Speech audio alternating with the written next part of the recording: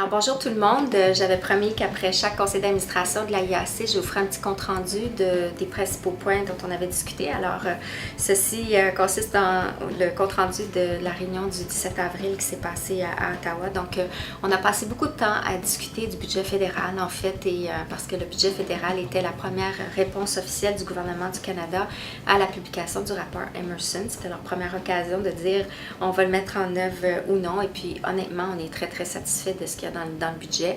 En fait, d'autres secteurs ont remarqué que l'aéronautique avait été ciblée positivement dans le budget, si bien qu'on a reçu des appels à la IAC pour dire comment vous avez fait ça, d'avoir autant de mesures dans le budget fédéral. Mais on sait très bien que ce n'est pas un accident. On a travaillé comme secteur, comme association, comme membre de la IAC au cours des dernières années. Ça a commencé avec le rapport de Deloitte, une étude qui démontrait l'impact de notre industrie au Canada. On a réussi ensuite à avoir une étude, l'étude Emerson, qui a été mandatée dans le budget fédéral il y a déjà 2 ans. On a eu tout le travail des comités de travail de la IAC qui ont mené au rapport Emerson.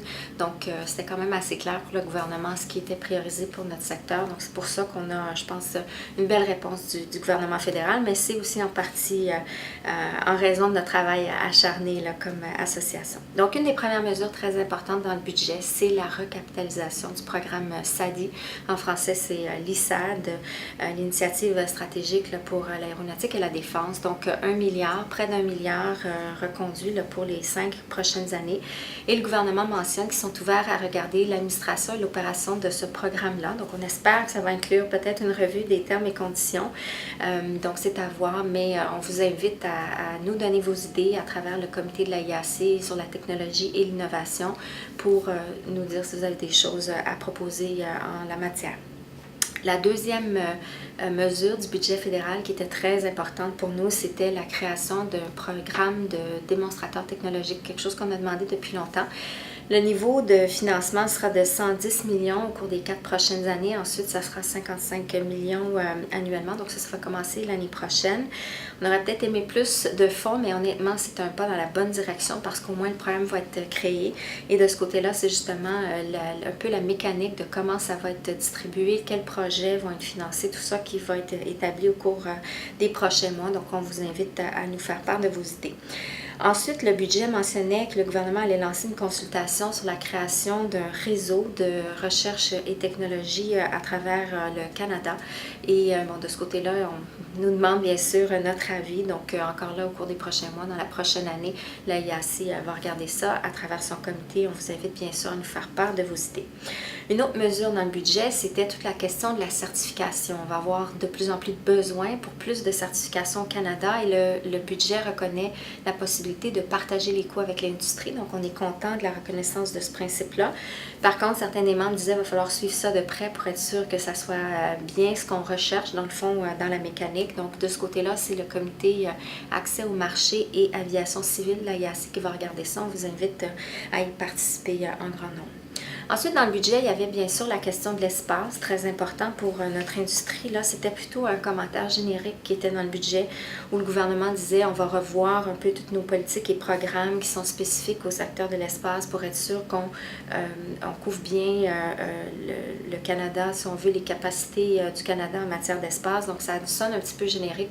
On sait en fait que le gouvernement fédéral a des choses à faire un peu avant de considérer le rapport Emerson sur l'espace, le volume qui était axé sur l'espace. Donc, on sait que c'est pas parce qu'il y a juste quelque chose de générique qu'il se passe rien, au contraire. Puis, bien sûr, le comité de la IAC sur l'espace va continuer à travailler bien fort. Au niveau du développement de la chaîne d'approvisionnement, donc tout ce qui s'appelle augmenter la compétitivité des petites et moyennes entreprises au Canada, il y a eu une mention dans le budget de ce côté-là, mais pas de détails. De ce côté-là, ce qu'on pense faire à la IAC, c'est que par le biais du comité là, sur la chaîne d'approvisionnement, qu'on aimerait d'ici l'automne, fin de l'année, déterminer quelle sera notre approche favorisée pour un petit peu mettre en place un tel programme. Donc, ça pourrait venir, ça, des mesures qui seront implantées éventuellement. Une autre chose qui était mentionnée dans le budget, bien sûr, c'est toute la question des marchés publics, procurement qu'on appelle, et ce qu'on appelle maintenant les KICS, les Key Industrial Capabilities, donc les capacités industrielles clés de l'industrie canadienne pour répondre là, au marché public, notamment de la défense. Là, il y a un lien entre le rapport Emerson, le rapport Jenkins. Le rapport Jenkins, entre autres, en fait, M. Jenkins a convié la IAC à un comité pour discuter de l'Institut canadien sur l'analyse des données en défense dans les prochains jours. Donc, on va être bien impliqué là, dans les suites à donner du côté des marchés publics. Je pense qu'il y a une volonté de bouger de ce côté-là. Puis le comité, naturellement, marché public de la IAC va être très, très actif et vigilant. Du côté des skills, donc les compétences là, pour nos employés, il n'y avait rien vraiment de spécifique dans le budget fédéral au niveau de l'aéronautique. C'était plus des mesures générales, génériques. Les membres du conseil, on s'est dit qu'il faudrait peut-être travailler avec d'autres secteurs qui ont le même enjeu que nous, qui visent plutôt à augmenter les compétences de nos employés, pas nécessairement à viser à donner des emplois à ceux qui n'en ont pas actuellement. Donc, nos enjeux sont peut-être un peu différents de ce qui a été traité dans le budget. Et donc, on verra là, par le biais du comité, justement, compétences, comment est-ce qu'on va reprendre ces mesures-là un peu plus tard. Finalement, dans le budget, il y avait des mesures mentionnant les petites et moyennes entreprises. Rien de spécifique à l'aéronautique cependant, mais quand même certaines mesures qui pourraient être intéressantes.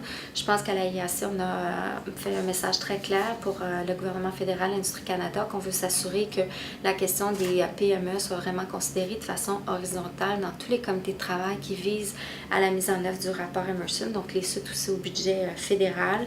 Et on va continuer bien sûr à pousser en ce sens-là. Le comité des PME de la IAC suit son cours et on a aussi instauré, suite à ce conseil-ci, ce qu'on appelle un forum des petites entreprises. En fait, ça sera des rencontres sur certains sujets entre les petites et les grandes entreprises sur des sujets de l'heure où on va améliorer notre coopération ensemble sans attendre un peu la permission du gouvernement.